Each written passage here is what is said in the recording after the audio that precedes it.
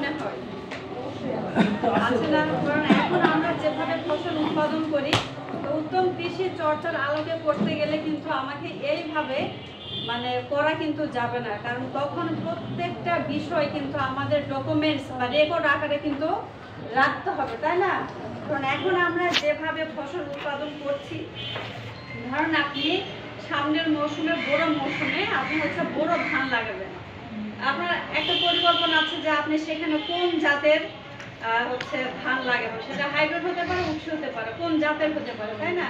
সেটা আপনি ধরুন বাজার থেকে কিনে নিতে পারেন, বা আপনার যদি কোনো পরিচিত ব্যবসায়ী থাকে তার কাছ থেকে কিনে এনে লাগাতে পারেন। তো সেই ক্ষেত্রে আপনি কিন্তু বীজ কবে ফেলছেন সেটা কিন্তু আপনার মনে থাকে, এবং পরবর্তীতে আপনি কয় দিনের চারা লাগাচ্ছেন সেটা কিন্তু অনেক সময় মনে থাকে না, বা নাও থাকে। হ্যাঁ, তো যদি আমরা উত্তম কৃষি চর্চা করতে যাই, তাহলে আপনাকে শুরু থেকে কি করতে হবে, ধরুন আপনি বীজ কবে বাজার থেকে কিনলেন সেগুলো সব কিন্তু এই যে এরকম একটা রেজিস্টার করতে হবে। সব আপনার তথ্য কিন্তু মনে না থাকার কোনো সুযোগ নাই। আপনাকে বীজ কবে কিনলেন সেটা লিখে রাখতে হবে, কার কাছ থেকে কিনলেন, কি পরিমাণে কিনলেন, তারপরে হচ্ছে সেখানে মেমো আছে কিনা, তারপর আপনি কবে বাসায় নিয়ে এসে কবে সেটা হচ্ছে বাছাই করলেন, বা কবে জাত দিলেন, কয়দিন রাখলেন, তারপর কবে সেটা গজালো, এবং এক্ষেত্রে গজানোর হার কত, বা হচ্ছে অঙ্কুরোদ্গম পরীক্ষার মানে সেটা কত, যে 100টা বীজ যদি আপনি রাখেন আগে থেকে, সবগুলো বীজ জাত দেওয়ার আগে 100টা বীজ যদি আপনি ধরেন কোন একটা বাটিতে করে যদি বালির মধ্যে রাখতে পারেন, কিংবা টিস্যু পেপার দিয়েও কিন্তু গজানো যায়, কিংবা হচ্ছে আপনার ওই যে নারকেলের যে ইয়েগুলো আছে তার ভিতরেও কিন্তু হচ্ছে আপনি বালি দিয়ে কিন্তু বীজ যদি একটা একটা করে বসে এভাবে যদি 100টা দেন সেটা করতে পারেন। তারপর হচ্ছে আপনার এই যে কলার ডগা সেখানে করতে পারেন। এভাবে দিয়ে আপনি যদি দেখেন যে হচ্ছে আপনার 100টা বীজের মধ্যে 80টা বীজ গজিয়েছে, তাহলে কমপক্ষে আমাদের অঙ্কুরোদ্গম ক্ষমতা বা গজানোর হার অবশ্যই 80 ভাগের উপরে। এটা আমরা হচ্ছে কাউন্ট হলে সেটা খুবই ভালো বীজ, এটা করতে হবে। তারপর সেক্ষেত্রে আপনার আর্দ্রতা কত সেটা আপনাকে রাখতে হবে। তো এগুলো সবই কিন্তু আমাদের লিখে রাখতে হবে। হ্যাঁ, সবই লিখে রাখতে হবে।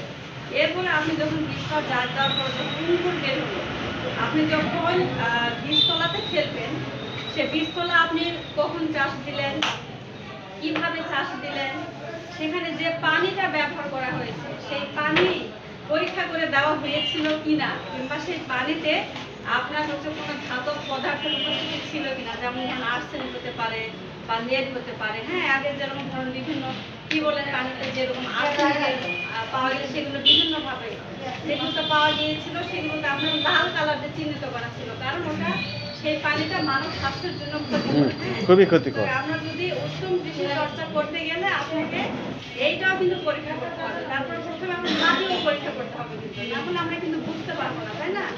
তো মাটি পরীক্ষা করার ফলে পানি পরীক্ষা করে তারপর আপনি কিন্তু বীজটা ফেলবেন। তো আপনার এখন যেভাবে করছেন আমরা এগুলো করি না, এগুলো কিন্তু এখন আমরা কেউই কিন্তু করি না। কিন্তু এই যে গ্যাপ বা গুড এগ্রিকালচার প্র্যাকটিসেস বা উত্তম কৃষি চর্চা করতে গেলে এগুলো ছাড়া কিন্তু কখনো ভাবেই সম্ভব না। হ্যাঁ, এরপরে ধরেন বীজটা আপনার কয়দিনে গজিয়ে, বা এই ধরেন এই আপনার ধরেন এখন শৈত্যপ্রবাহ হচ্ছে, কিংবা এই শীতের সময় যখন ঘন কুয়াশা থাকে, তখন আমরা বলি বীজতলা আপনি হচ্ছে সাদা পলিথিনে ঢেকে দেবেন, তাই না? কিন্তু অনেকেই হচ্ছে ধরেন অনেকেই ঢেকে দেয়, আবার অনেকেই ঢেকে দেয় না। তো আপনি যদি ঢেকে দেন তাহলে সব চারাগুলো ভালো থাকবে। আপনার শীতে কিন্তু অনেক চারা কিন্তু অনেক দুর্বল হয়ে যায় এবং হলুদ বা হচ্ছে বিভিন্ন ধরনের হয়ে যায়। হ্যাঁ, চারার আপনার হচ্ছে বাড়তিটা কিন্তু মানে গ্রোথ বা বাড়তি কিন্তু কমে যায় অনেক, ঠিক আছে? অনেক সময় চারাটা লিকলিকে হয়ে যায়। তো আপনার চারা যদি ভালো না থাকে তাহলে পরবর্তীতে আপনি এই চারাটা লাগাবেন, তখন কিন্তু সেখান থেকে আমরা কিন্তু গাছটাও কিন্তু ভালো হবে না এবং ফলনটা কিন্তু কমে যাবে, তাই না? উত্তম কৃষি চর্চা করতে গেলে আপনাকে কিন্তু এই বিষয়টাও খেয়াল রাখতে হবে যে আমার এখন যদি শৈত্যপ্রবাহ হয় বা আবহাওয়ার যে বিপর্যয় যদি দেখা যায়, তাহলে সেক্ষেত্রে আমার করণীয় কি হতে পারে। তো এই ক্ষেত্রেও কিন্তু আপনাকে এই বিষয়গুলোও কিন্তু সব কিন্তু লিপিবদ্ধ করে রাখতে হবে। হ্যাঁ, তারপর ধরুন চারার বয়স যখন হয়ে গেল, তখন আপনি চারাটা কিভাবে উঠালেন, মানে হচ্ছে অনেক সময় আমরা কিন্তু ট্রেতে বীজ ফেলি। তো সেটা আপনি উঠানোর পর সেটা পরিবহন, যদি আপনার জমি সেখান থেকে দূরে হয় তাহলে আপনি কিভাবে পরিবহন করলেন, নিজে হাতে তুলে পরিমাণ করলেন না কিভাবে করলেন সেই বিষয়গুলো কিন্তু আসবে। তারপরে যখন চারাটা লাগাবেন তখন যে জমিতে আপনি অবশ্যই সার দিবেন, কি পরিমাণে বা কি ডোজ হিসেবে দিলেন সেটা কিন্তু জানতে হবে। এবং এক্ষেত্রে ভালো হবে যে অবশ্যই সেই ফসলটা লাগানোর আগে আমাদের মাটি পরীক্ষা করতে হবে। এবং এটা শুধু আপনার এই উত্তম কৃষি চর্চা করতে গেলে যে মাটি পরীক্ষা করতে হবে এমন না, এখনই কিন্তু আপনারা যে কোনো ফসল লাগানোর আগে কিন্তু এই মাটি পরীক্ষা করতে পারেন। ঠিক আছে, মাটি পরীক্ষা করতে গেলে আমাদের কি সুবিধা হতে পারে, মাটিতে আপনার কোন কোন পদার্থের বা কোন কোন উপাদান আছে বা ঘাটতি আছে সবকিছু কিন্তু আমরা জানতে পারবো, তাই না?